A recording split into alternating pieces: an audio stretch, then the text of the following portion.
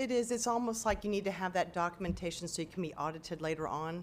And Okay. if you don't have that, you don't know what somebody was thinking. Okay. So it's almost like writing, when somebody goes to approve an invoice, if you didn't have somebody write that on that sheet of paper, sign it, whether it was handwritten and then got scanned in or something. So it's just filling in the blanks so that it can be followed in an audit trail versus, this is the end result, and yes, it got applied where it was. They're talking about that process in between. So, Mr. Tatum, they are doing the steps, but just Right. making sure we correctly document it so when it's audited, it can be seen. Great. Right. I guess as I was listening to what you said, I just want to make sure we're not doing extra bureaucracy. It's not necessary, but if this is necessary bureaucracy in your professional opinions that it needs to be done for auditing purposes, that's fine. But it sounds like there was already a process in place, but apparently for auditing purposes, we need a little bit more bureaucracy. And if it's necessary, okay. They need that for the audit trail to be able to see how that occurred. So so we're going to look to see. The job is being done. It's just putting it down probably a little bit better to be able to, so that someone can follow up behind and know that it got applied that way. Some bureaucracy, It is unfortunately, a is little necessary bit of, yeah. in an So we- organization with a $1.6 billion budget and 6,200 employees. I get it. All right. Thank you. You're That's all I have. Anybody else? Okay. Thank you.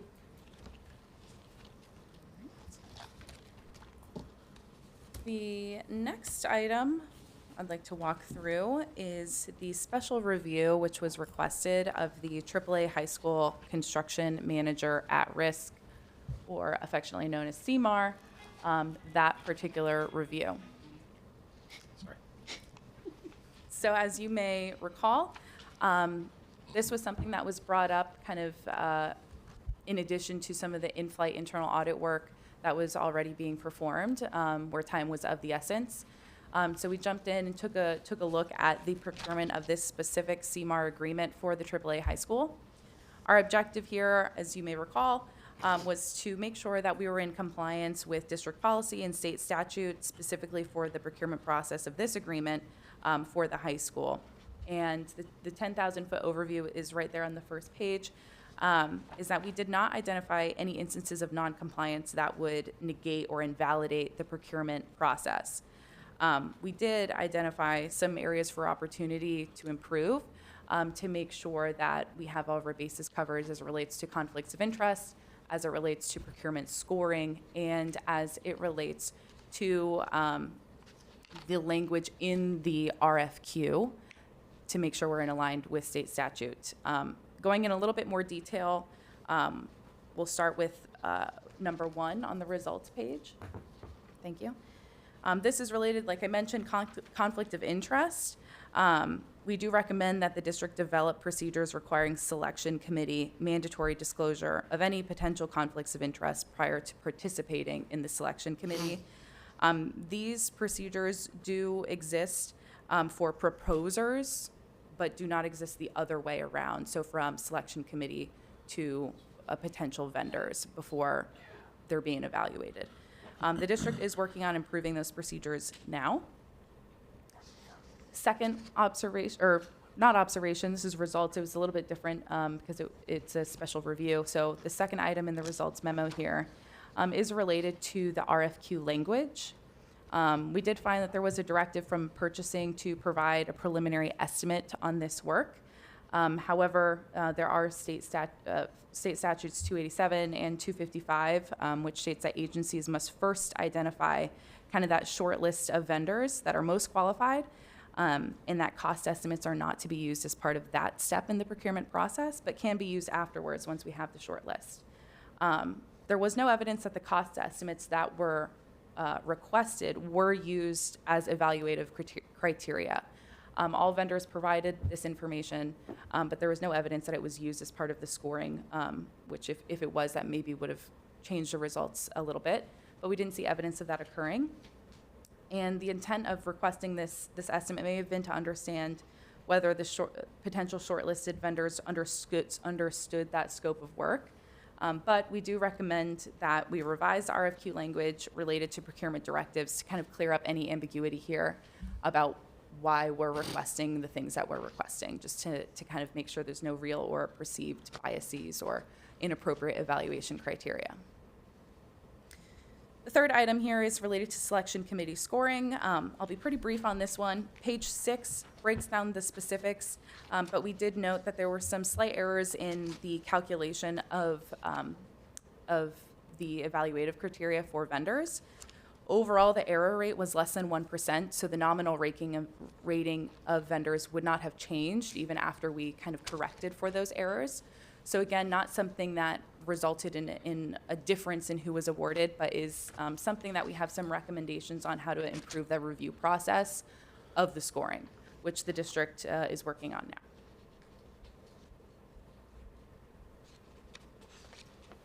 So I have a question, please. Questions? So maybe this is for you, Dr. Breslin. So how are we going to try and make sure that the scoring issue doesn't happen again? I mean, what are we doing differently, or what So- changes are we going to make? There's already been changes related to the scoring. The scoring was very complicated, as you can see. Right. So just simplifying that process as recommended by RSM. The team has already looked at that to do this for future bids. Okay. We- So the next time this will there be a verification process after it's all done? Some outside eyes will look at it, or maybe they did last time. I don't know. I'm just Yeah. surprised because we're Right. very professional around here, and that Right. this got And- it's unusual. Right, and I will say that, right, the district also had a verification process at the time that caught some of the, one of the evaluators' errors, Okay. but then adding it in the overall score. So yes, you can see that it's small details, but important details, so Yeah. we'll make sure that those are verified. Absolutely, So obviously, if it had changed the scoring, that'd be a big problem. absolutely, And I yes, sir. understand human beings are involved in this, and no human endeavor is perfect. But Right, yeah, better checks Yeah, are better needed, checks. for sure. Yes, Okay. sir. thank you. My question would be on number 1, conflict of interest and disclosure. Have we never had anything in place for this? Because it sounds like we haven't. Mrs. Spray, I can't say that we never had anything in place. I don't know that history, but it certainly, at the very least, shows that there may be some inconsistency. And so that has already been, from my understanding, corrected so that it is now in place. That's from an evaluator standpoint, right? Right, the evaluator standpoint. Absolutely. Right, when they're going through the process of Yep. looking at the different contractors who would get the bid. Like for my that. wife works here or whatever. Right, husband right. works here. Right. Yeah, because I don't know if any other board members, I've been to that process meeting. It's called a prototype meeting, and the people who do the scoring are district employees. And I don't know if we ever rotate them out or if it's the same team every time. I think I made a recommendation at one point that there should be a community member involved in that as well. I think that would offer more community involvement and offer transparency as well. So I would look at maybe adding a community member to that committee in the future. Because that's the thing that stood out to me. The scoring, it was so minor that it didn't raise a red flag to me, but for the conflict of interest disclosure, that was the biggest thing for me, so. And if I may add just a little more color, we did do some procedures on this specific procurement to see, okay, there wasn't documentation that a conflict of interest occurred from the district side out. But we did do some procedures to see whether or not any may have existed, and we didn't find any exceptions for this particular procurement, which is good news. And the last thing I'll mention, I know that the next report we're going through is the risk assessment, which does include a broader look at purchasing and vendor management, specifically competitive purchasing. So the controls in which we're doing all procurements from a competitive perspective would be reviewed if that audit is approved, Okay, just for added context. Mr. Kennedy? Yeah, thank you, Madam Chair. I just wanted to express, I agree with you that that's an interesting idea to provide some additional transparency with a member of the public to join. I would just request that that person have some expertise or experience in the industry. In construction, yeah, and, yeah. That's the only one. And then just one other comment before we keep moving. On this report specifically, and I said this during the CFAC meeting, I just want to say it for the rest of the board and the public. I really appreciate the quickness with which this got turned around. It got kind of thrown at you, and we had to dig into the unaccounted for minutes. What's the term for that again on the audit plan? Unallocated. Unallocated. Thank you, Jim. And here we are sitting with this report in front of us already. So thank you, RSM, for getting that done so fast. So thank you, Cindy. That was a very quick turnaround. We appreciate that. Our pleasure. Anybody Before else? she goes on, Go ahead.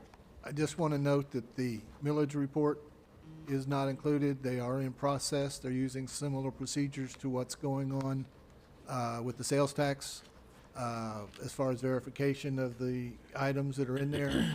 And it is expected to be at the audit committee meeting in March and then to you for approval.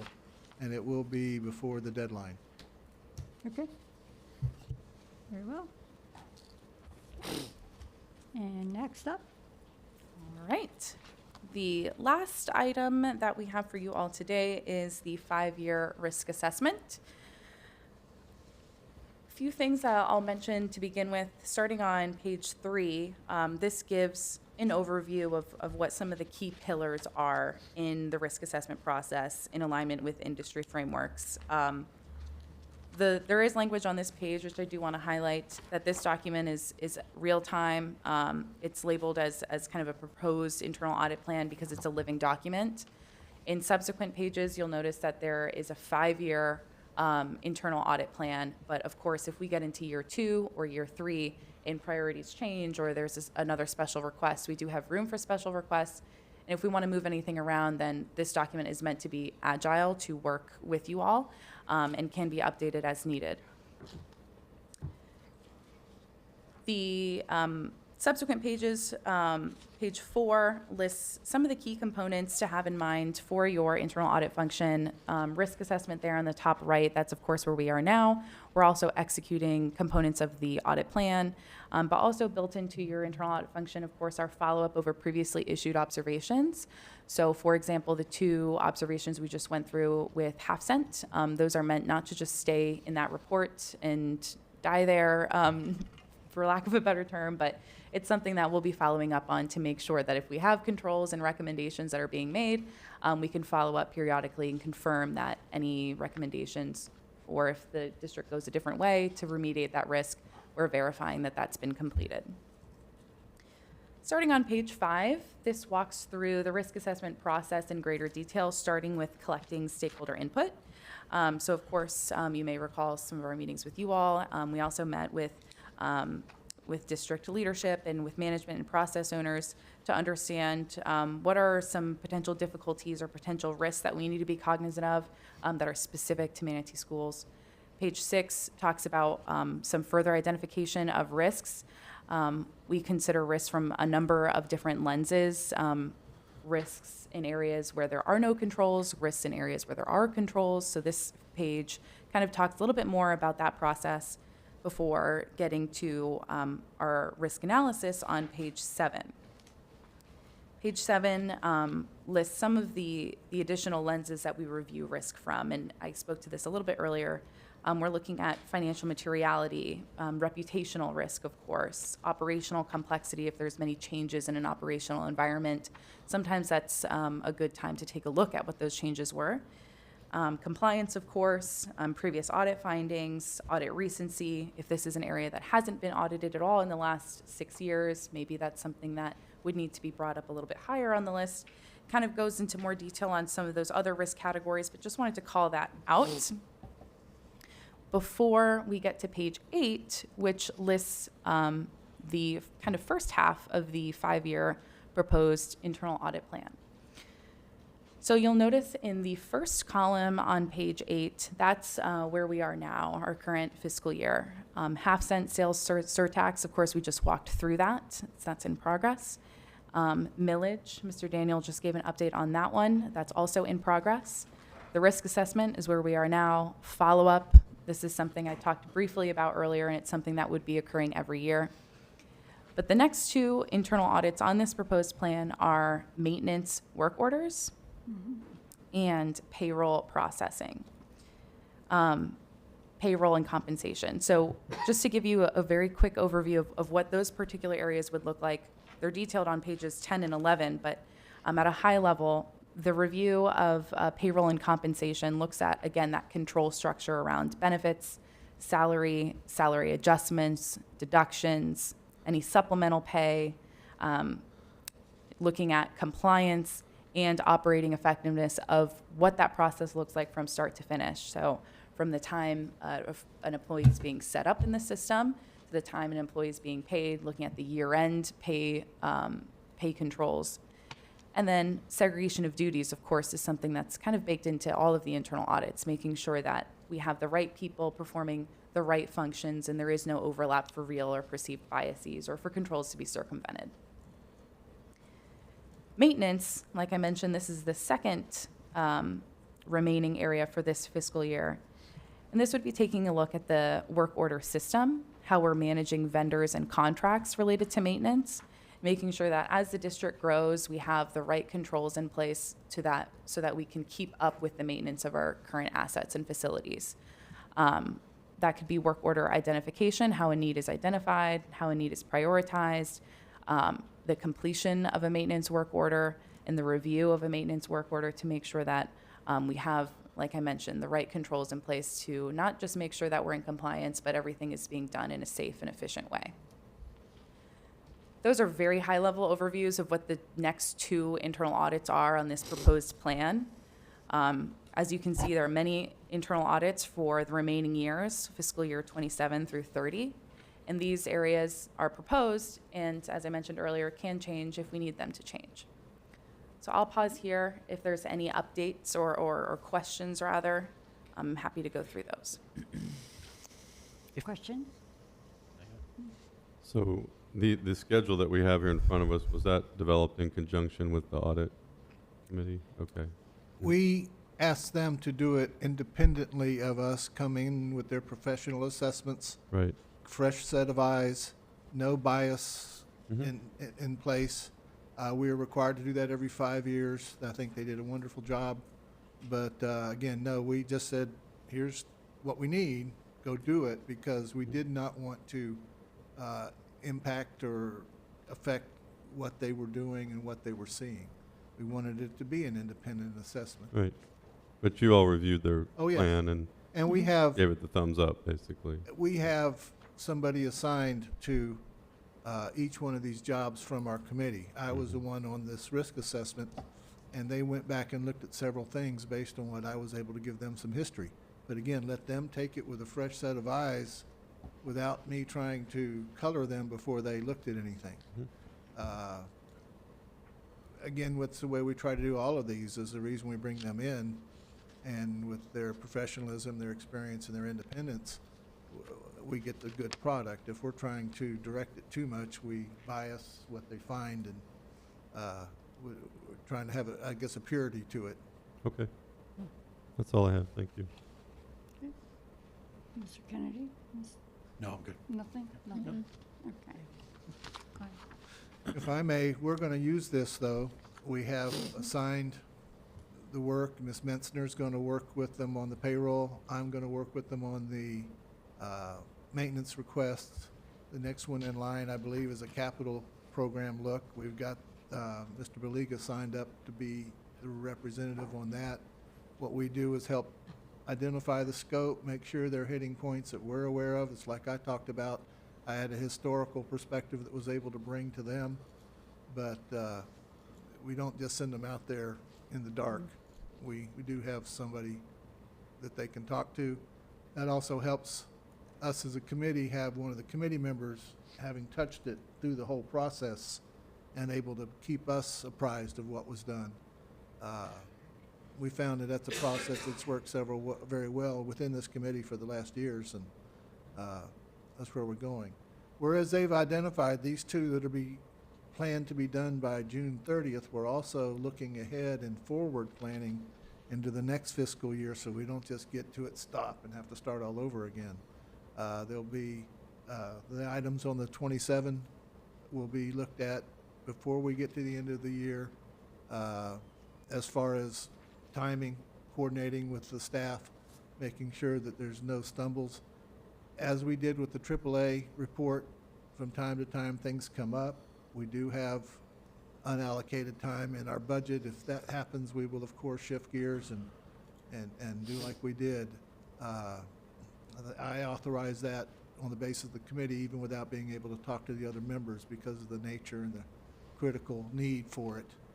Everybody ratified it once we got together, but we will try to be flexible, try to be quick, try to be responsive to your needs.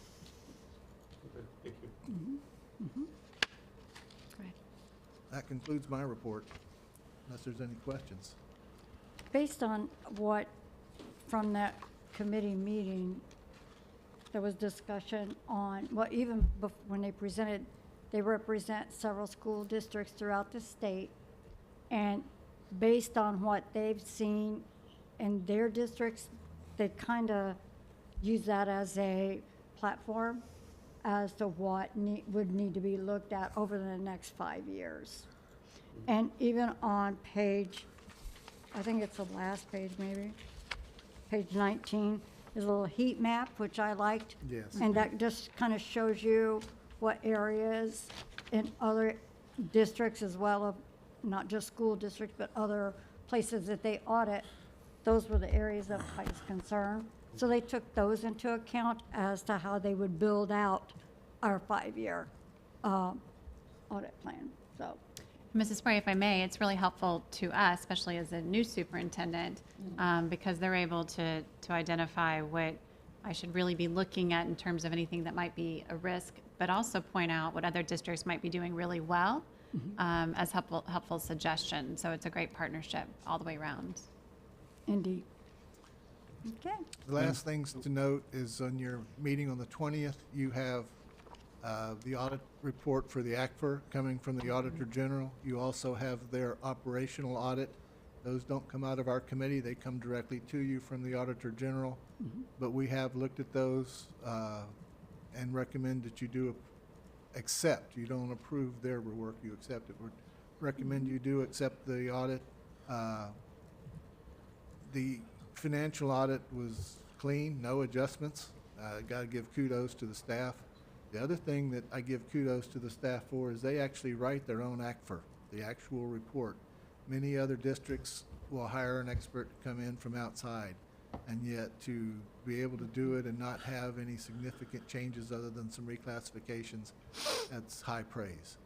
The other thing is on the operational audit, I think you've already heard the points on there, but they were relatively minor and dealt with, and that again says where we've come from with all the issues back in 18 and 19, and to get to this point, it just really says a lot for the staff and what has developed within the district in that interim. And I give high praise to the finance team and the others involved in these processes. Thank you, Mr. Daniels. Thank you for serving on this committee as well. So, and all the other members, they're That's right. they're highly engaged in that committee when they meet.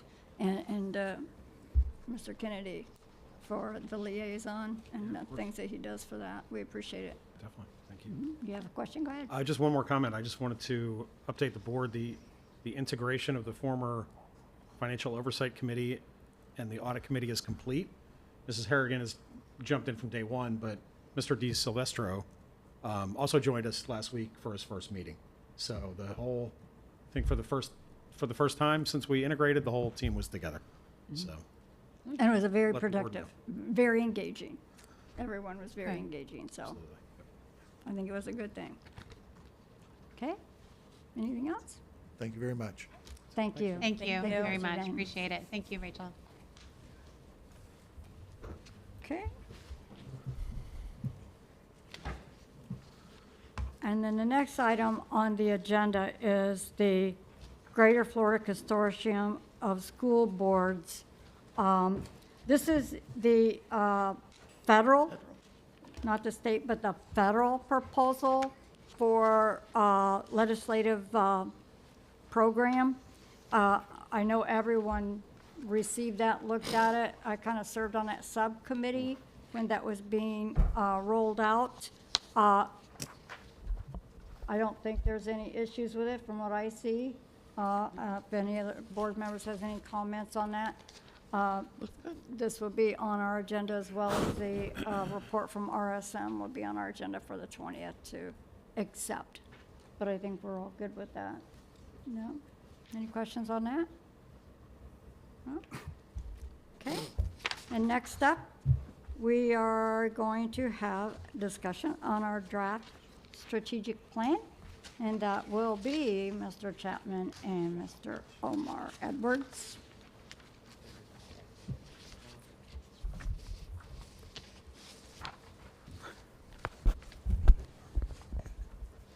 Mrs. Spray, if I may, I'm Sure. very excited for their presentation, and thank you both for your time and for preparing this. But to get feedback from all the board on how we will plan for the next strategic plan, this is a really exciting opportunity. So looking forward to all of your feedback. Mr. Chapman has questions at the end that I think will really promote some really good conversation from you all. So thank you. Thank you, Dr. Breslin and Madam Chair and Board. Good morning. Morning. I'm joined by my colleague Omar Edwards, who's still suffering from his Ole Miss loss. He's got a little cold, but you know, it's Misery okay. loves company. Yeah. But Omar and I have been kind of tag teaming the strategic plan over the years, and I've got a couple of slides, like Dr. Breslin said, and then we've got some kind of discussion points at the end. This first slide was kind of giving you a little background about how we got here. I started 6 years ago, and I was essentially hired to build the first strategic plan, which you'll see there, which was a 2-year plan. And it was really to kind of, it was titled Investing in Our Students, Employees, and Community. Again, it was a 2-year plan, and it was really meant to seeing where the county was headed and kind of the state of where the school district was. It was really just to kind of get the foundations and infrastructure in place to begin really seeing where this district was headed. We then got hit with a pandemic, so this plan kind of guided us through that. So it was actually good that it was a 2-year plan, and it was pretty successful. And that led us then into the strategic plan that we are in right now, which is a 4-year plan that started in late 2022, and it will end and conclude at the end of June of this year, of June of 26. So it was called Ready 2026, and I think everybody, that board at time, and the school leadership at that time, and the community leadership really had some very good foresight to really put together a 4-year plan that got us to this year for that very purpose, knowing of the tremendous growth this county was going to go through, and how to set up a school district to be ready for that growth, both on the operational side and the instructional side. So the table of contents I have on the next page, really you'll see why it was structured this way over the last 4 years. We really wanted to focus in a strong way on kindergarten readiness, on that ready to learn, on those early years. For you all who've been here for several years, you've seen that, right? You've seen Dr. Halpin and her team, and many on the curriculum side build that, all of that early learning and the successes of that. And it took, as you know, it takes a few years to put all that together.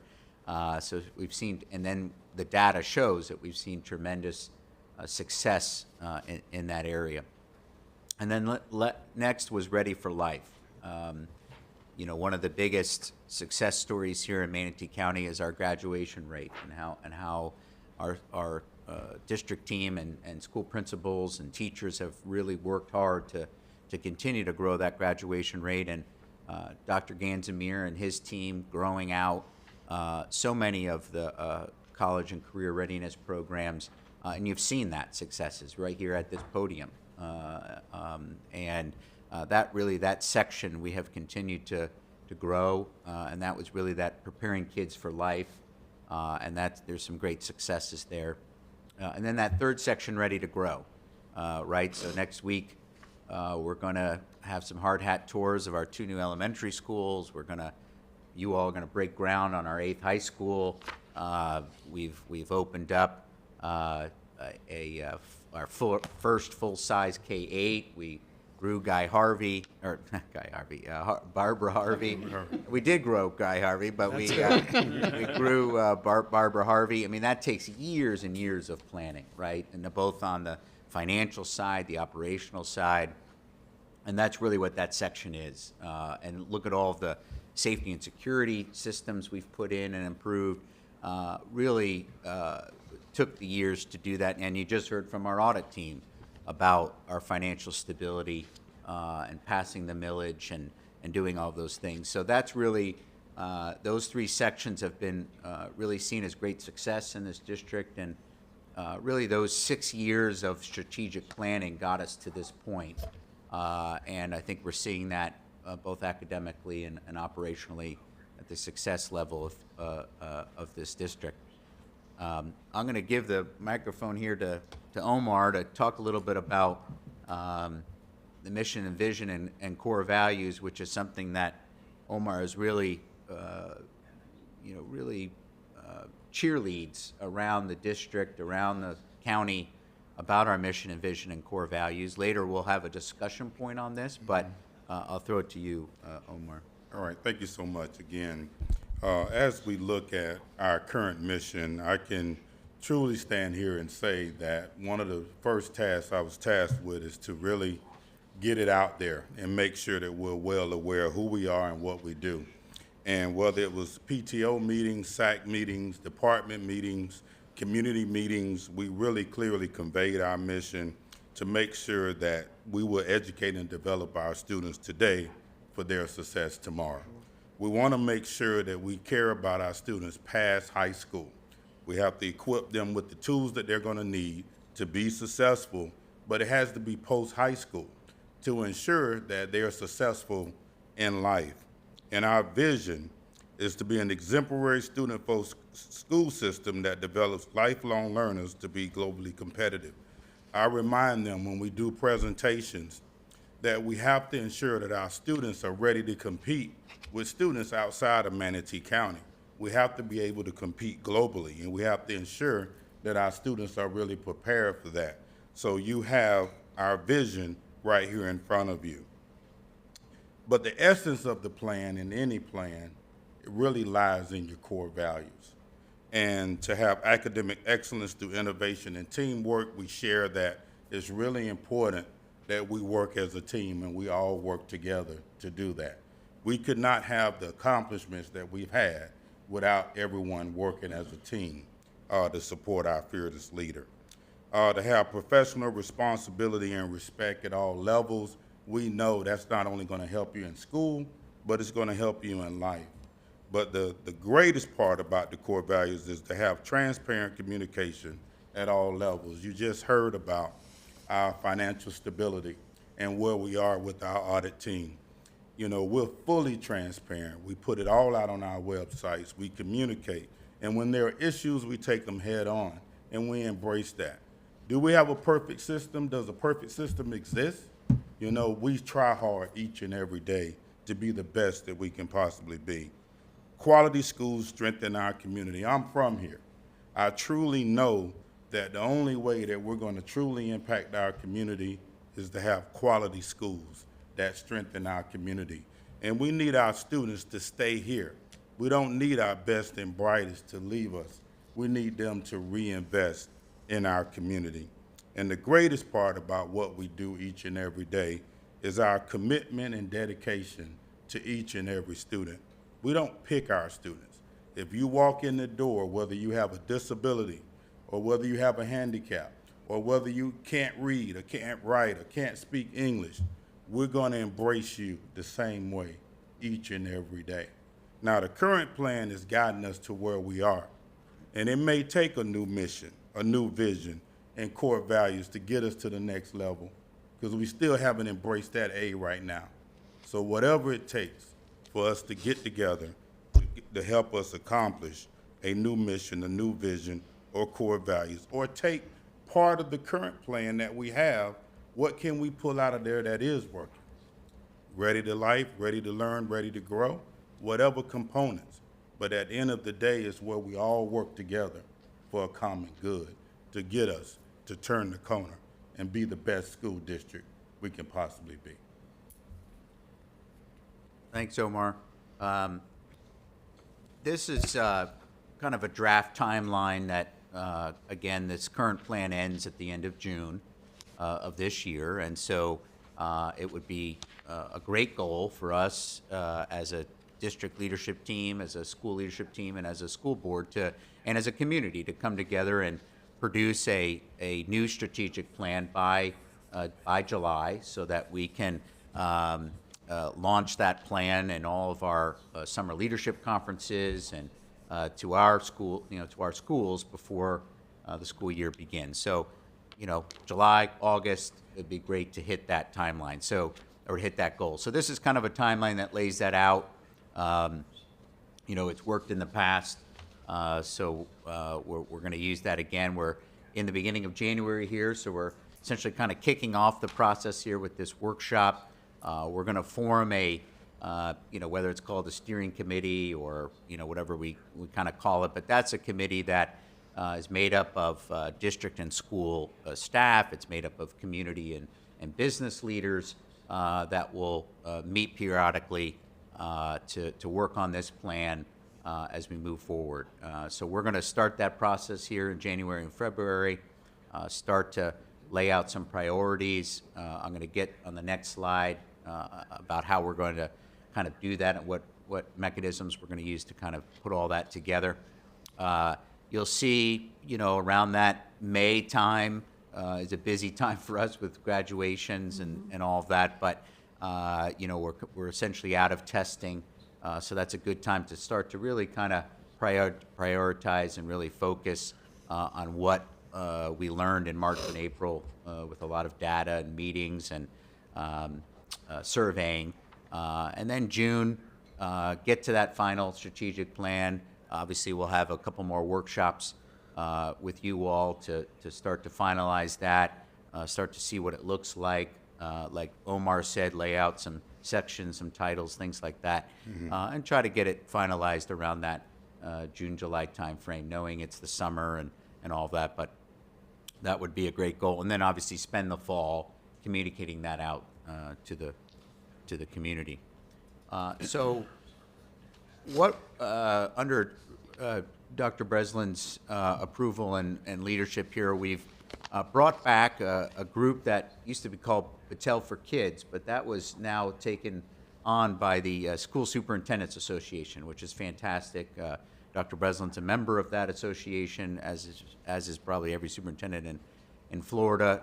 Wonderful group, and they do this for a living. They helped us build our portrait of a graduate, and you'll see that on the right-hand side there. So really, we're going to use that as our base, as our way to develop and integrate the new strategic plan, and AASA is going to help us kind of facilitate the process of getting to the final strategic plan. Thought Exchange on the bottom there is essentially a new software system we've brought on. This is it's probably being used by every large school district in the state of Florida, and it's really a platform that we've always needed that will host the strategic plan. It will then, everything is then built off of that. So when we survey parents and students and staff and the community, all that data can be stored in Thought Exchange, and it's then related back to the strategic plan It's got probably the most robust AI component that can start to filter and process a lot of things. Also, all our school improvement plans can be put in here and can be built off of the strategic plan. So when schools come in August and they start to build their SIP plans, their school improvement plans, now there's a place to hold those SIP plans, and that they, through AI and through this system, can be connected to the district strategic plan, and also all of that surveying, all of the data, and it can keep going. Thought Exchange has the capacity to, you could store your school walkthrough data, all kinds of data points. So Evan McCarthy's obviously very excited about this because we can really have now a place where we can start to hold our KPIs and really see that. So it's a little, for years we've been essentially been doing it manual through spreadsheets and things, but this is now our system that can really hold the strategic plan. You all can see it, and it can then relate to a lot of stuff, not only on the operational side, but the curriculum side. So very excited about Thought Exchange and the School Superintendents Association helping us get to that final product. So that leads us to the final slide, which is for you all to have some discussion, if you will, the first strategic plan discussion. And Chair Spray, I've just laid them out. They're numbered. We don't have to go in order, but those are the questions there. And really, you all have mentioned to us over the past couple of months, kind of some ideas. So really, that first question, I'll ask it, I guess, is what, when you think about a new strategic plan, what are your top priorities? And maybe number two, how many years should it cover? Should it? You'll see how that first plan was 2 years because there was a lot of work to do, a lot of structure we needed to put in, and then we had that 4-year plan that really brought us to where we are today. Some would say that a 4-year plan is good. Some would say that it's hard to predict 3 or 4 years from now, and it can become stale a little bit in that 3rd or 4th year, considering budgets and things that are going on that are out of our control. But I'll leave you with questions 1 and 2 there as you all discuss. First, I want to make a couple of comments about Sure. On page 3. Okay. With your 3 groups, ready to learn, ready to life, ready to grow. Those 3 categories. I think last time there were 11 different categories or subcategories. So I want to first say thank you for reducing that, because there was just too many of those categories. And then under every category, there were, All kinds of goals oh and my God, all strategies. kinds Yeah, there's of, right, goals. goal 1, To goal meet 2, those, goal yeah. 3, and Yeah. to try to bring all of those into that one group, and then to bring it all to the top of the whole strategic plan. It was so difficult and so hard. And even on agenda items, you could see 5 different applicable categories you could have put that in. So first of all, thank you for doing that part. And then on page 4, and I'm probably still in thunder over here because I see Mr. Tatum has the same thing I do, is changing that vision. Because if I look on our website, and I look at the first page, I think it is, if I can get there, there's only one member on the board that helped develop the strategic plan we're in now, and that's Mr. Kennedy. All of the other board members have served and gone on. So I think this plan and this vision should be changed to reflect this board for the next, I don't know if we're going to go 2, 4, or 5 years, whatever. But that is going to be my big ask for this board to start thinking about how we want this to read, because it's something we own. We read this at every meeting. So start brainstorming different versions of what you would like that to say. I would say about the same kind of number of words. And maybe we can start filtering through that process as we go. I mean, it doesn't have to be done now, of course, but Right, it's the process. Yeah, but and start thinking about, and I remember writing that at one of our master board meetings to do that, and brought it to the table, and it was like, oh, well, we were just gonna talk about it, not really do it, but I understand that now, more so than when I first got on the board. But hopefully, everyone can think about how they want to language that. yeah, thank you, Chair So- Spray. And that group, and Omar and I will be meeting individually with each one of you, obviously, and then collectively to hone in on what you all feel is the best mission and vision and core values. So Right, there'll because be a, 5 people have different Exactly. different It'll be a visions. good process. However, all 5 of us might use the same word in what we think should be applicable to that statement. So we can pick and, Yep. you know, And choose we're going to those have words that and- community input, that Right. parent And- input, right. staff input, so. Right. So, And part of the process lends itself to that, to allow time to really go through the process. exactly. Come up with the vision. Just a point of clarification, are you referring to the mission and vision or just vision? The vision that the board reads. Okay. At every meeting. The mission to me would be the district and, you know, the staff and the community, to be honest. Okay. And then the vision that we, as board members, would expect from those particular entities. Got it. Good. That's kind of feedback. where I see it. I don't know. Yeah, Yeah. No, I would like to change this, definitely. okay. Anyone else have comments? Ms. Felton? With regards to the mission and vision, I agree. I think it needs some revamping. But I think it would be, if we want to get community and staff buy-in on the mission, then maybe we need a mission before we have a vision. So that we can make sure that our vision reflects their mission, or we do our vision first and then they figure out the mission. So we need to kind of figure out how we are going to do that so we're not going in opposite directions at the same time. Good. If that makes sense. Good point. I like that we have 3 main topics because it's a lot. But there's also 22 things listed underneath those 3 main topics, which is a lot. So, you know, when people say, hey, what is your strategic, I'm like, I gotta look that up because there's a lot of things. So I can't keep it in my head, much less, even remember parts of it. I don't know if there's a way to refine this and make it tighter. That's an English teacher thing. You gotta make a writing tighter. If there's a way to do that, that would be great. And then, of course, you can always click on it and see your elaborations underneath. These are ideas that we are looking to implement specifically. One thing that I noticed actually after I was elected, when I quit here, and I'm sure you guys all remember that because you were mostly on the board, that was in May of 23. I came and very publicly quit.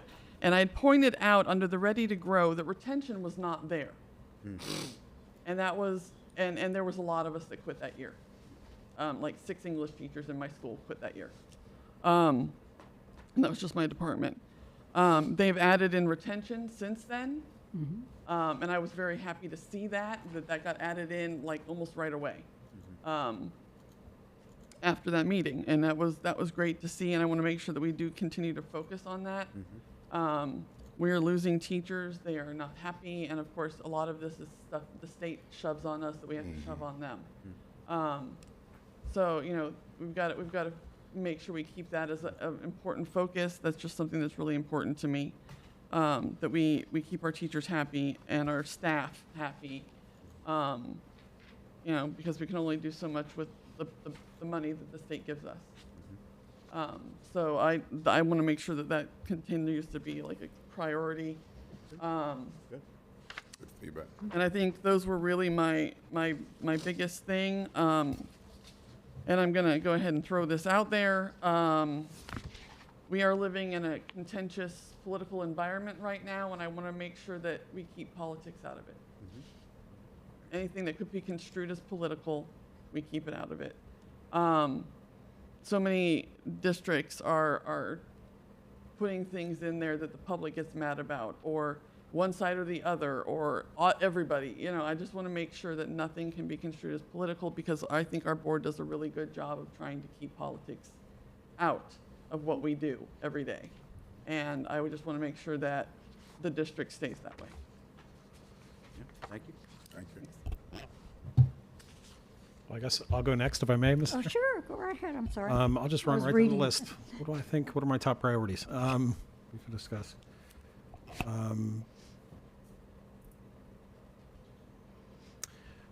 I guess I'll handle all of them with a semi-brief statement that this, as you guys have been doing the presentation, I've been kind of looking through the table of contents, and frankly, I'm in a place where I'm like, I don't really think there's anything wrong here. Like, if it ain't broke, don't fix it kind of mentality. I'm sure the board and the community will come up with something that's not here that we can add, but I don't see anything that should be taken out or that should not remain a focus. You know, kind of like the audit plan. It's a living document that we can change as needs arise, or as circumstances change. But you know, having been through a few of these, Kevin, is this your third strategic This plan? would be my third. Yeah. You know, it's, and I don't say this to be dismissive at all, but, you know, we've kind of been through this, and we've got a really good group of priorities here. I mean, I really like the plan as it is. And just because the clock is up and it's 2026 now, I don't think we have to, I'm more of like, let's just make some small changes. Keep this structure, keep this format. Let's hear what the community brings to us or what school district employees bring to us. But I'm really very happy with what we have in front of us now.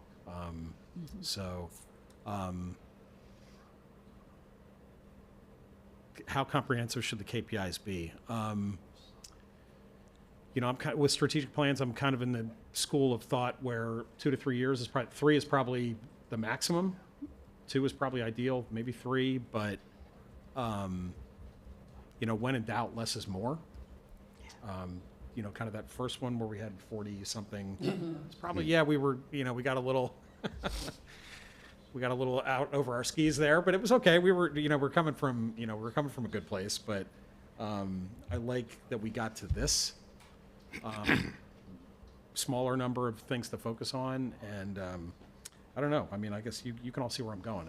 You know, this is a process we have to go through and we should go through. But I mean, for the most part, I really like what we came up with, what we did with it. If the state would stop moving the goalposts, we probably would be in a district by now.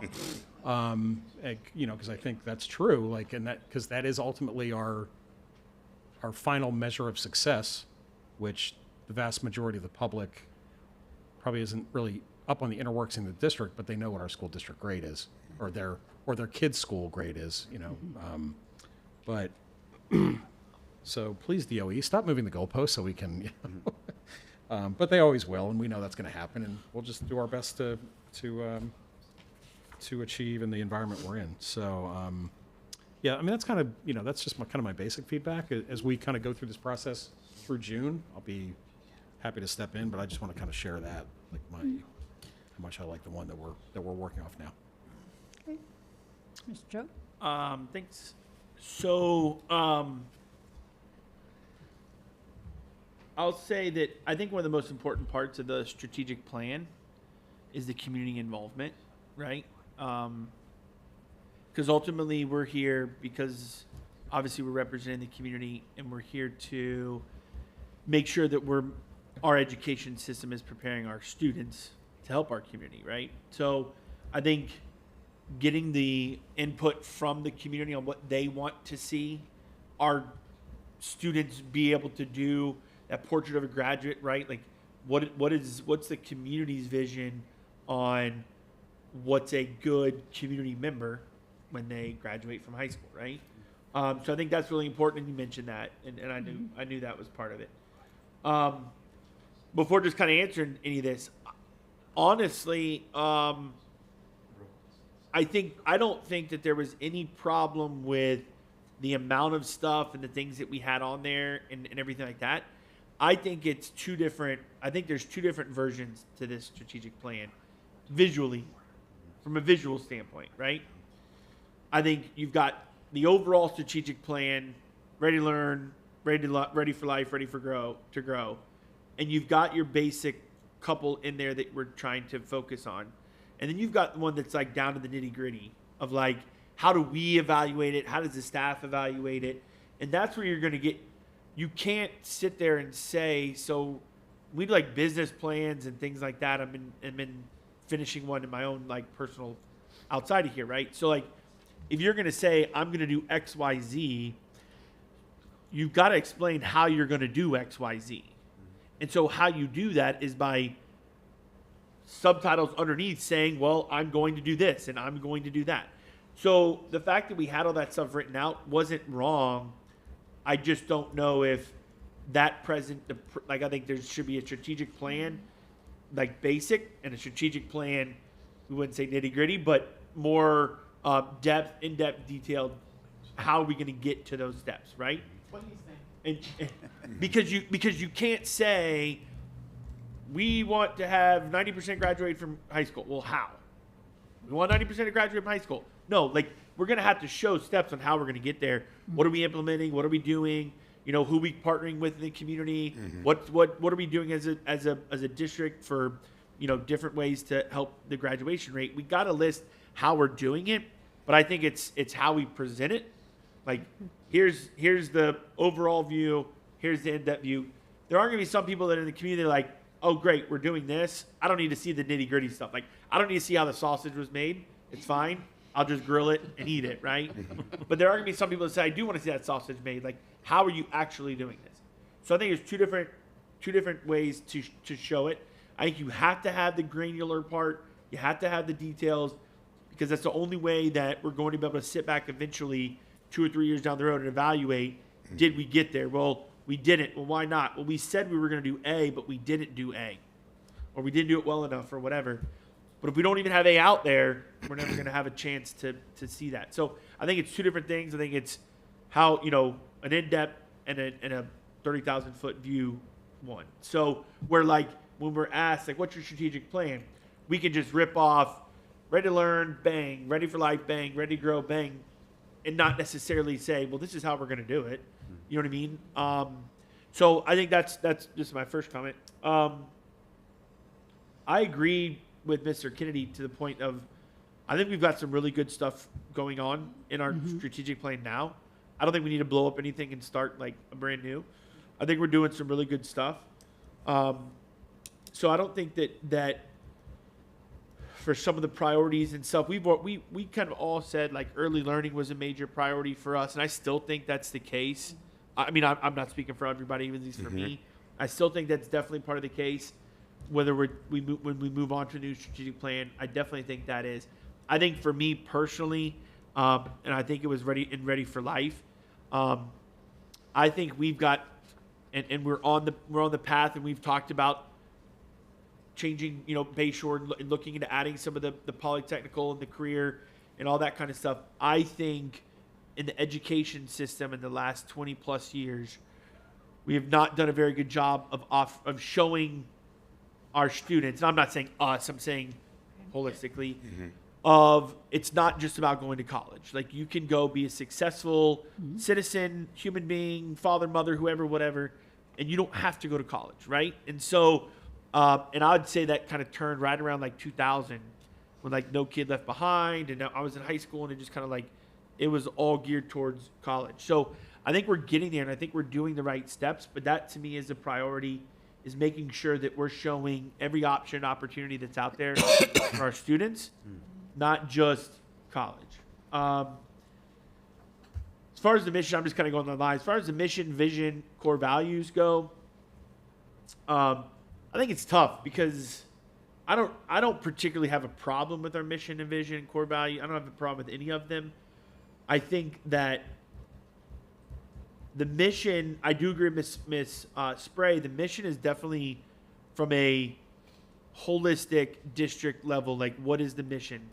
I don't proceed. I don't really have an issue with at all with what we say our mission is, which is to educate and develop all students today for their success tomorrow. Like, I don't know what else we could say.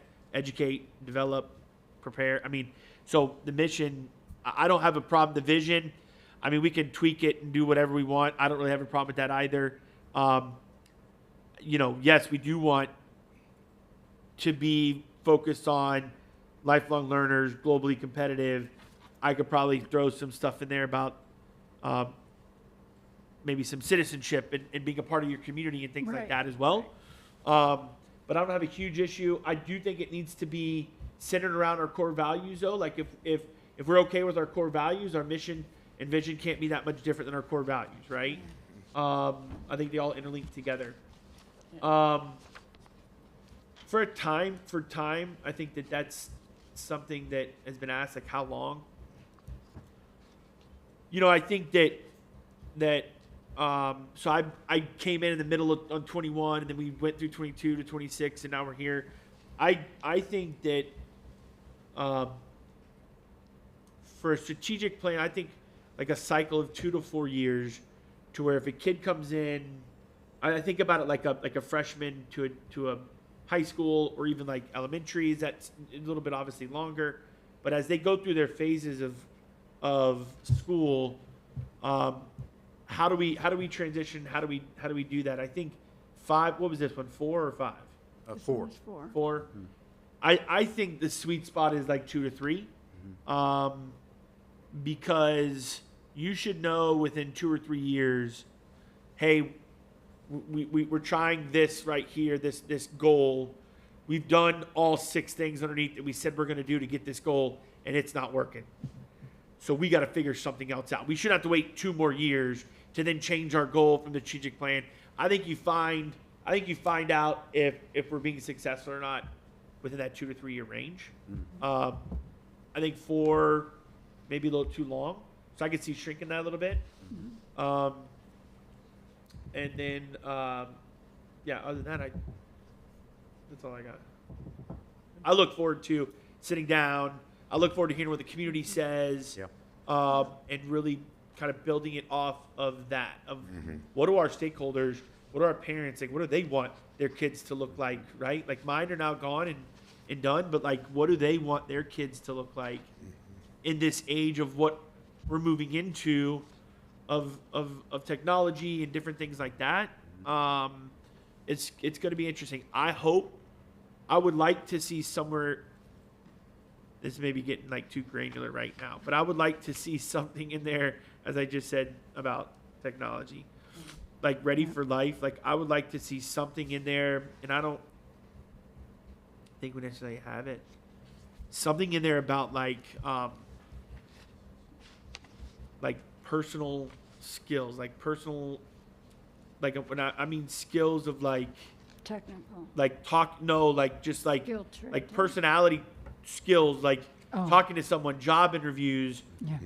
for Ready for Life, right? Like, Can we add personal finance? into sure, we could do a lot of like personal, like if we're gonna be ready for life and ready for them to leave out of here, we do have some like centered around real world skills, civic involvement, financial literacy, arts integration. So we do have that number 4, Ready for Life. So I would say that's another priority for me, though, is like we've got to make sure our students are able to leave here, sit in an interview, be able to talk to people, etc., instead of using phones and things like that. Yeah. This is my like old side coming out. But no, that's it. That's all for now. Thank you. Mr. Tatum? Well, yeah, I'll just go down the discussion topics one by one, I guess, because that's what you're doing at this point, right? You're just kind of getting all of our Yeah. opinions, and you'll amalgamate things.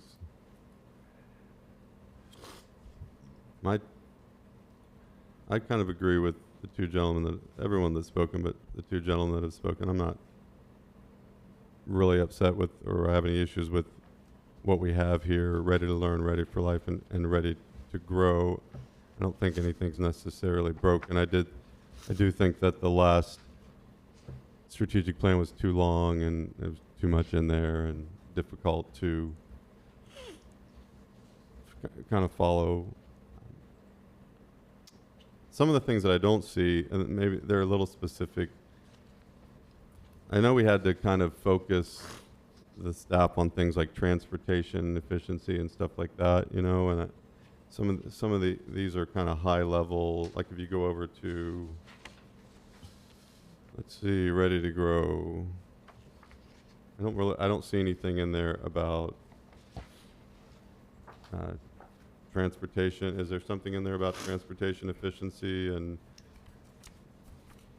help? Yeah, I think not, I think probably if we opened up number 4 there Okay, under number Ready to 4. Grow it, there's probably something in there, but I understand your point. You know, I Right. think, you know, we can look now, right, at 2026 and beyond and see some of the stuff Dr. Breslin's working on, you know, the energy efficiency, Yep. the transportation efficiency. So we can see where there's, some of these topics are the same, but there's a little more, it may be more specific, but Right. it's going to help us be a better school district going forward, because essentially we're somewhat done building schools at the scale we were at in the last Right. 4 years. So this Ready to Grow section is maybe more ready to, you know, be more efficient or be more financially nimble, or, you know, something where you could see where that could go, that section about as budgets get tighter, you know, how do we start looking at, you know, saving money, being a little more operationally efficient, maybe something like that. Maybe I'm sure is going to come out of Right. this process. I think is maybe And- something you're saying. And then maintaining what we have, like doing a better job, I think, of maintaining the infrastructure that we have. Because you know, in the time that I've been here, which is 3 years, I've seen we're like catching up on things. We're not being proactive, right? Like the problems that we have with the Lakewood Ranch High School track and the irrigation issues there and the underground piping. It's like we're waiting for things to break and then we go fix them instead of trying to be more proactive in that area. While we're talking about it, I do know that one of the companies that does the energy management stuff also does apparently infrastructure planning and can help us. You know, if you have this type of infrastructure, here's like a proactive plan to maintain your facility. So something like that. And I guess that's kind of included under number 4, but just making sure that we focus on that. Okay, so let's see. One thing, as far as number 2, briefly discuss how many years the plan should cover. I know we're not doing it now, but I eventually think it should be basically aligned with the election cycle, kind of on a 2-year basis, so that the new people that are, the new boards that sit, if there are, you know, if there's an election and there's not a lot of changeover, then maybe the board can say, yeah, the plan's fine, we don't need it, we don't need to make any changes. But obviously when new people are elected, then they probably have some different priorities. And one might say, well, that doesn't allow for long-term planning. And well, to me, that's just unfortunately the nature of the electoral process, is that when new people are elected, they're going to have some different priorities. I kind of felt, if I remember correctly, the last plan, have we done this since I've been on the board? Kind of, no, we haven't, right? So it was We done started it right when 22. Yeah, right. 22, So 26. right when you, right before I was elected. I think it was approved I like think so. like September, probably one of your October, first and votes, then I brother. show up and you didn't have any input on it either. Right. Mr. Yeah. Choate was here. So I've always kind of felt like this isn't my plan, you know. But something to think about, you know, Good. aligning it with the election cycles. Number 3, should we review the mission, vision, and core values during the process? I think we should. Some words that I'd like to see somewhere in our missions and our vision statements are knowledgeable, virtuous, and patriotic. Like, those are some words that I'd like to see. I think that our visions and our mission are, and it's probably a bias I have with a preference for what I would call more classically oriented education, but I think we should produce, we're going to use all this public money to educate all of our students. They should be patriotic, and they should have a sense of, not a sense of, they should be, to the extent we can, virtuous people. It doesn't necessarily imply any kind of any particular moral system. It's more in line with like the classic virtues, you might say, of justice, temperance, wisdom, and courage, and just you know, you look at a lot of the failures of people in society, and a lot of them are not technical failures. A lot of them are what I would call people failures, where they somehow people made it to the highest ranks of whatever it is that they do, and then they fail when they get there. And those are almost always people problems. They're not technical problems that they don't know how to do their job. And the most famous one I think lately is the kiss cam, right? Where, you know, I mean, these are two people who were at the top of their game, you know, head of HR and a CEO of a pretty mid-sized company, and just blew it. And you just got to wonder along the line as they went through their education and, you know, K through 12 and college, whenever they probably had master's degrees, maybe even doctorates, I don't know, where they taught them how to do something, but they didn't teach them what they ought to do. So, and that starts really early in children's lives, forming their mindset, their virtuous mindset. So that's that. That's number 3. What metrics are important to the board members? Transportation is important to me.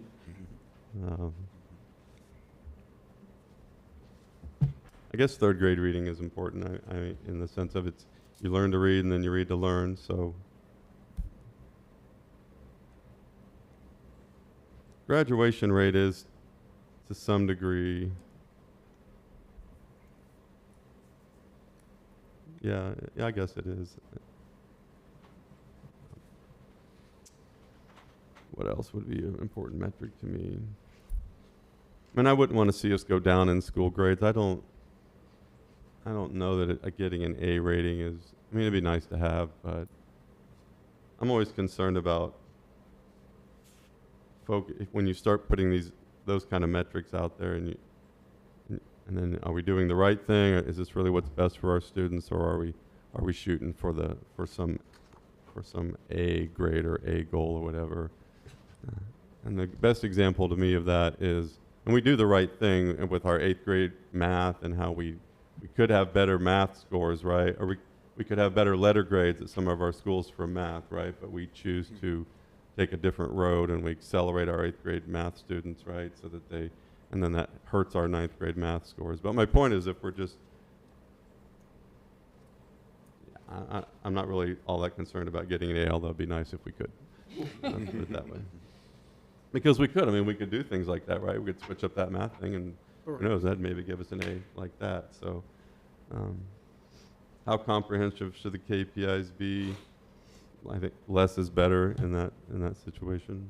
Less is better. The more you have to measure, the more bureaucracy there is. And it seemed like before we were measuring things. I don't know what we were measuring, but I know when I got here, you know, these buses aren't running on time. And as I started to get into them, like I remember some statistics like 25% of the middle school buses were not arriving on time at one point. I just thought, how is that not, like, why is that not priority number 1? Why is that not fixed? Like, why are we, and we got focused on it, and we're doing much better in that area. But who knows what we were focused on, but we didn't seem to be focused on some of what I would assume would be the bigger ones. I like ready to learn, ready for life, and ready to grow. I agree with Mr. Choate about some things in the ready for life area. Again, developing those people skills, public speaking skills, and going back to the idea of being virtuous and developing those virtues that I talked about. It just pays off so much down the road in students' life, and we really have to inculcate those things into students at the earliest possible moment. So, you know, there was, over the weekend, right, we got an email about, or a text message from Dr. Breslin about 2 students at a charter school who were, you know, defacing, I think, public property or something like that. And you just think, what's going on? How could we? And obviously, sometimes it's parental responsibility, and it's not necessarily the school's job to raise kids. But I always wonder in those type of situations, what could we have done as a school system to work with students to help them understand about courage, temperance, justice, and wisdom. So, all right. If not, what themes would you like us to explore? I think I just talked about what I'd like us to explore: patriotism, virtue, and then knowledge. If people can combine knowledge with the virtue, that's really where you get to be a good person, right? A good human being. And I just think that all this public money we're spending, we should develop patriotic graduates, which to me is a healthy, what I mean is a healthy love for our country and our culture. And that, I heard a great quote the other day. I read a quote that said, if you're a well-educated person, if everybody else, if you were on an island and you were the only person left on the face of the earth, you could reconstruct your culture. And I thought, that's good, right? Like you would know about the economic system of your culture, the basics of it, and the moral system and the political system, and you would have a basic understanding of your language, and you could reconstruct your culture from the ground up to some degree as you produce more human beings, and then pass along those things from your culture to the next generation. Edmund Burke said something to the effect of, the present culture's mission is to take the best from what's come from our culture, put it in a format that we can then provide it to the current generation, and let them then transform it on, pass it on to the generations down the road. So that culture transmission also, I think, is really important. We're probably getting into more pedagogy now than we are this strategic plan, but those are my thoughts on that. Thanks for letting me talk about that. That's all I have, Madam Chair. Thank you. Thank you. A couple of things. From all the other comments, Mr. Edwards said in the very beginning, we want our students to stay here. But yet our mission, our statement says to be globally competitive, and we want them to go out into the world. Well, I'm like, I would rather promote us and keep them here. To Mr. Tatum's point, for the Ready for Life, I think that's where he's trying to dive into, is putting a something there that promotes us again. Our culture, our values, our community, and what they can do to support our community as students. I don't think we do a good job at that. There are some students that do volunteer work, but there are some students that don't even know the opportunities that they can serve in a volunteer capacity, whether it's for a school or for the county or for an organization. So maybe throwing something in that I think would be good. As far as a plan for the 2-year election cycle, I think is good. Because he's right.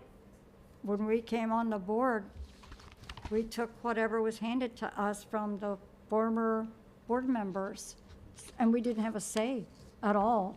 And I think we did a good job at adhering to what they had put in place. But I do believe it should go by election cycle. I mean, but by the timeline that we have on here, that would kind of go in with it. So the end of August, you go into the election cycle, and by the time you're ready to do it again in 2 years, you'd be right back at doing it. And a lot of this would be carried over. So it wouldn't be a ground up thing every 2 years and put so much stress on the planning team and or the community members that participate. It would be just kind of like the rollover type things that you're always going to try to achieve. And to get to an A, that is one of my goals, because that sells our district to others. It sells our district to people who want to loan us money. Oh, you're an A district, so yeah, you're doing a great job, and you're doing a great job with the resources that you're getting. So, graduation rate, when I first got on the board, I think it was it was lower than it is now, I'll say that. I can't remember the numbers. And the reading has improved. Everything is because of the vision the former board had, but it was this board that actually put it through. So it's one of those, we want to focus on early education. So we went forward with doing things to promote early learning, and it's paying off. And during my briefing, I said yesterday, I went to a school, and when we say we have reading coaches in our schools, they're just not there. I saw a reading coach sitting on the floor with students with a book and teaching them and allowing them to say the words on the page. Not read to them, but them read to her. And that's a huge difference in that. And we all know that if you go to school and see that. Reading to a student's well and good when you're trying to teach them, but you need them to read to you so you know you're getting the message across. So I kind of agree that it should be a 2-year plan to fall in line with the election cycle. And again, like I said, the mission and vision, by everybody working through you individually, like I said, all of us might have the same 5-word, that we could collectively put that together into a sentence.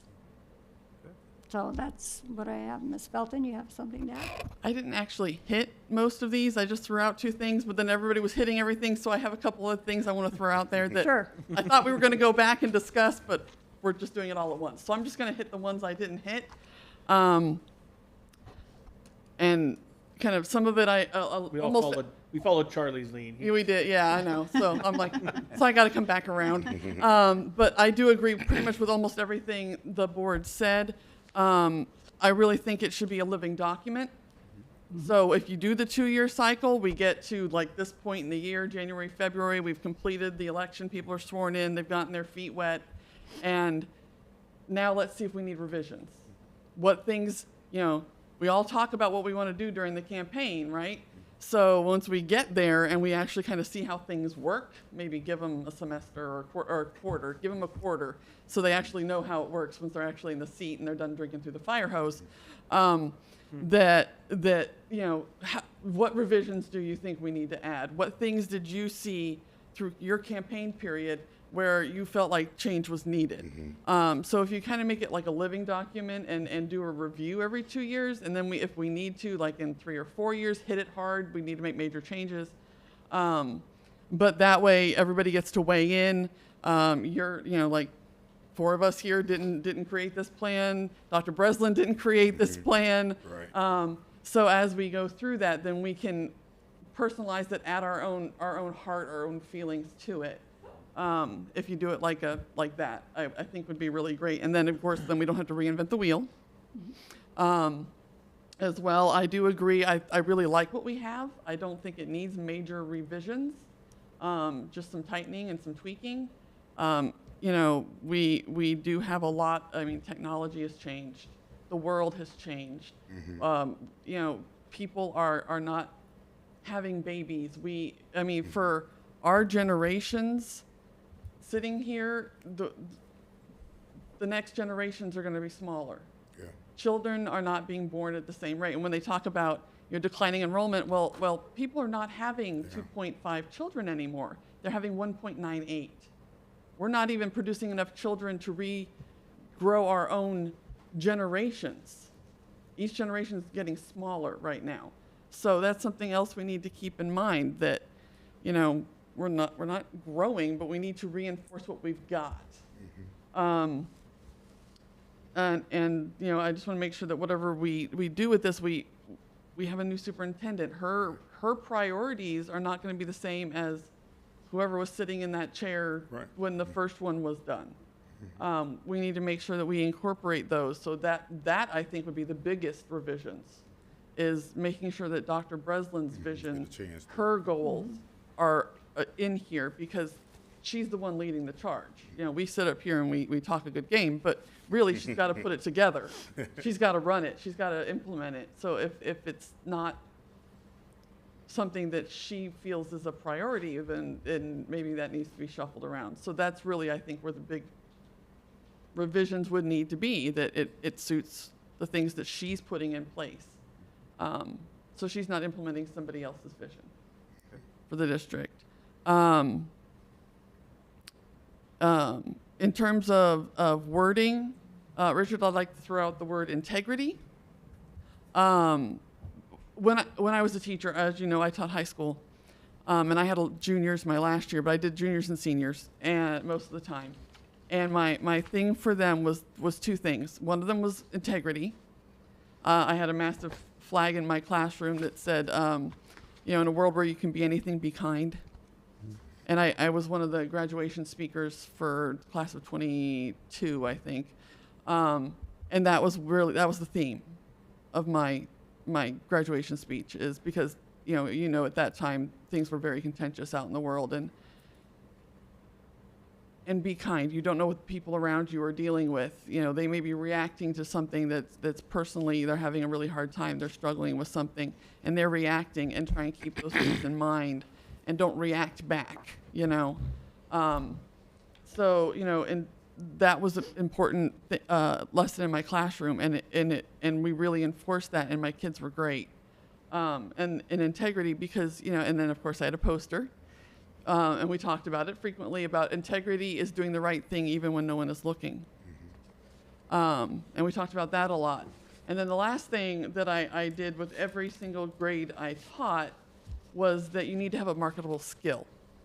And I think that's something that really, as a district, that we need to encourage. And I would tell my kiddos, I'm like, look, I don't care what it is you want to do when you get out of here. That is your goal. What I want you to do is have a marketable skill, and you can get that in many ways. Technical school, 2-year college, 4-year college, any additional schooling you want to do after that. The military is a very viable option. They will train you and pay you at the same time. And when you're done with your service, you don't have to go for life. When you're done with your service, you have a skill that you can take out into the world. Because you don't want to be, just the burger flipper with a bunch of teenagers when you're 40 years old. You can't support a family on that. And so that marketable skill, regardless of how you get it, what educational path you choose, you need to have a path. You need to have a pathway to get there. And so when you're looking at, ready for life, that is one of those priorities that I always had with my students, is reinforcing that, look at my own kids. One went to 4-year college, one went to technical school. And now my 4-year college kid is in technical school. They have their own views of what they want to do with their lives, and they are happy in their work, and they're paying their bills, and that, as a parent, is what I want for my kids. That is, a teacher is what I wanted for my students. And I feel like that should obviously be a goal for our district, is that they are happy in their work. We don't want to send kids out to do a job that they hate, just because they can make money. We have all, I'm sure, all of us have been in a job that we hated. I know I have. And I made some good money, but I sure hated going to work every day. If we can make sure that they are happy in their work and they are able to provide for themselves, I think we've reached our goal of the ready for life. So that's just something I think that we should really keep in mind. It's just a really important thing for me, because when I hear back from students later, and they're like, "Oh, Miss Felton, I'm doing this," or "Hey, I learned this in your class, and now I can apply it here," or "Oh, I really loved this program that I did at school, and now I'm doing this because I took those skills from here, and now I got more education, and I'm doing this now." That to me is, hey, we did our job. Okay, I can check that. I don't have to worry about that kid anymore. I know they've got a plan. They're in place. So these are, so again, it goes back to integrity, kindness, and a marketable skill. Those are the 3 things. And yes, I taught English, but if I could get those other things in there, teaching English, then I feel like I did my job. And so those are just And I feel like we can incorporate that into the Learn, Life, Grow. But you know, again, with the grow, we're not really growing. We need, and I agree with Richard, we need to kind of batten down our hatches and see how we can structure that for sustainability and accountability. They're talking about auditing all the school districts and that we're wasting money. I don't know how we're wasting money because they don't give us enough money to run things, and the majority of every school district's budget goes to salaries. So I'm not quite sure where the waste is coming in unless they want us to fire people. But still, I mean, but we need to be accountable. We need to show that we are doing that. You know, we need to show that we are being financially responsible and that we are using our funds to the very best of our abilities. And that, I think, should fit into that last category if it needs a little tweaking. But otherwise, I mean, I agree with pretty much everything everybody said up here. But I just want to throw out those last things that I've been thinking about. But everything else I'm on there with. So thank you for giving me the opportunity to wrap that up. No problem. Thank you. The only thing I did not mention was, I know that we have an effort for Manatee in the middle to focus on our middle. But I did look under the Ready for Life, Right. number 8, expand acceleration opportunities for all middle and high school students. So I'm glad to see that there. And then like on that same thing, Ready to Grow, number 4, civic involvement. If that were me doing that wordsmithing, I would put community involvement. You know, because like you said, we want them to come back here. We're, just like in a profession, when you start a job, at one level, your entry level, you want that pipeline going forward. We talk about that all the time, the pipeline for our district. Who's going to be in line for the next principal or AP, then the principal, and then to a district director and so on. We need to have that same mindset with our students, that we're building a pipeline to our employers, to our colleges, to MTC. USF is just how many, right at the end of the county line, right here. You don't even have to go to another county to get your 4-year degree. And if you want to go to another country and do education, all well and good. But our pipeline should be focused on here. That's kind of my little final thought, is that's our pipeline. Our students, when you walk through those halls, that's our pipeline to all of our employers and professions that we need here. Lawyers, doctors, all of it. It's right here. So that would be my final thought on that. So One more thought, please. Sure. This is more of a policy procedural. I know that when we look at agenda items, is it still the policy that we have to align agenda items with something on the strategic plan? And in conversations that I've had with people, let's say, my understanding is generally the way that it works is there's something we want to do, and then we come up with the agenda item, whoever comes up with it, and then they go into the strategic plan and they go, well, which one of these best fits? and it could all be Probably that applicable. one. And it's just something that, you know, it's up to you. It's kind of how you run things, and it's a policy, but just, you know, that's one less step of bureaucracy that if there's a need for that, fine, but it just, I don't think people look at the strategic plan and go, what could I do to support the strategic plan? It seems to be the other way around. It's like, well, I got something I got to get done around here. I got to go find something, and that probably aligns with 2.5.7. Great, I'll just write that down. So, you know, take that for what it's worth. And if Good there's a point. little piece of bureaucracy we can get rid of, and you know, to me, that would be the leaders, the senior leaders of the departments where those initiatives are coming from. They should be familiar with this, Ready to Learn, Ready for Life, and Ready to Grow. And if they, why did you put whatever forward? Because it, you know, I think it helps us do Ready for Life, and you know, they should be able to explain it, and just one little less step of bureaucracy. But again, that's up to you, Madam Superintendent, how you want to run that. So, That's all. Then. Thank you. I like that idea, actually, so. And as it relates to the timeline, like if we find that something is not working, we're not going to wait 2 years to figure it out. Our Agreed. leader is going to be on it right away. You know, Dr. Agreed. Breslin would change and make an adjustment. So even if it's a 2-year plan, we're not going to sit and wait for 2 years. If we see something not working in the first year, we'll make those adjustments. And you could always bring that up to us anytime. Absolutely. Yeah. Right, right. Anything else, Mr. Chapman? Mr. Edwards? No, Madam Chair, thank you. Yeah, thank Okay. you for your feedback. Well, I do know that Ms. Felton is eagerly wanting to make some comments about the fair, I guess, before we adjourn this meeting, so go ahead. Thank you very much. I appreciate the opportunity.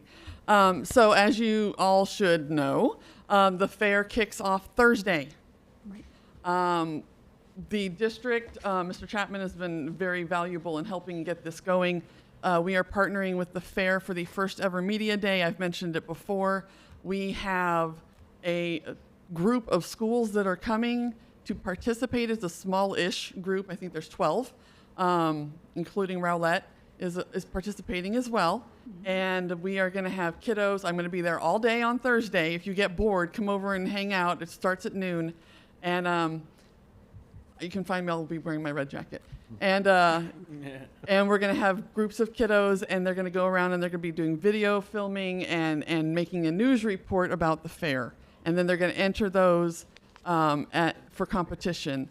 I'm really excited about it. I've been really involved in this as well, and it's going to be a lot of fun. There's elementary all the way up through high school coming to participate. So I'm excited to see what their turnout is. Mr. Chapman and staff have helped create press passes with lanyards for all the kiddos. So they'll have their school district lanyard with their press pass on it and their name on school on it. So it's going to be a really great thing. So that's one way in which we're getting our kids involved in the fair process. Nutrition has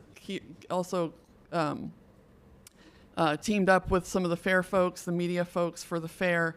And they're having Fair Food Day in the cafeterias across the county, I think this week. And they've gotten posters from the fair to put up in the cafeterias to help promote the fair as well.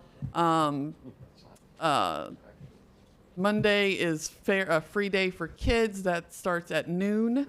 So, hopefully the public is aware of that. You can bring your kiddos for free as well. There are, and of course, all of our student ag groups are going to be there with their animals. Please come check them out. Dress warm. It's Fair Week. We're going to freeze because that's the way it is in Manatee County. And the cold weather is already kicking in. So dress warm, but please come out, visit, talk to our kids who are sitting there with their pigs in the 40-degree weather and give them cuddles. Because they do that. Ag has always been really near and dear to my heart. I covered ag as a journalist and love doing that. So it's great to see our kids involved and how much love and compassion and stuff they put into raising their animals and showing them and participating as well. So I just want to plug that. Please come out and visit the fair. Mr. Edwards has parking passes that you can get and tickets and things like that as well. Really, that was it. So thank you very much for the opportunity to put that out there, because by the time we have our meeting next Tuesday, we're almost done. So I just wanted to get that out there. That was it. Thanks a lot. All well and good. Yep. Well, I don't think there's anything else we need to talk about. I want to thank you for the presentation. To everybody that did presentations today. Most of this, not the strategic plan, will be on our agenda for Tuesday on the 20th. So with that, go to the fair.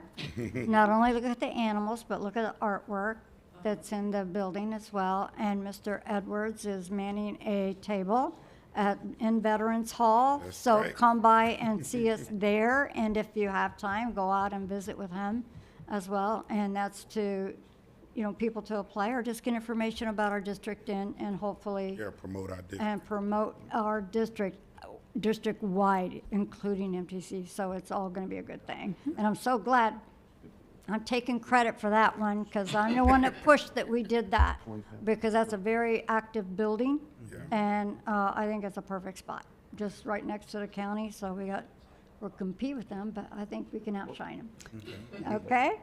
Okay, with that, this meeting is adjourned. Thank you, Madam Chair.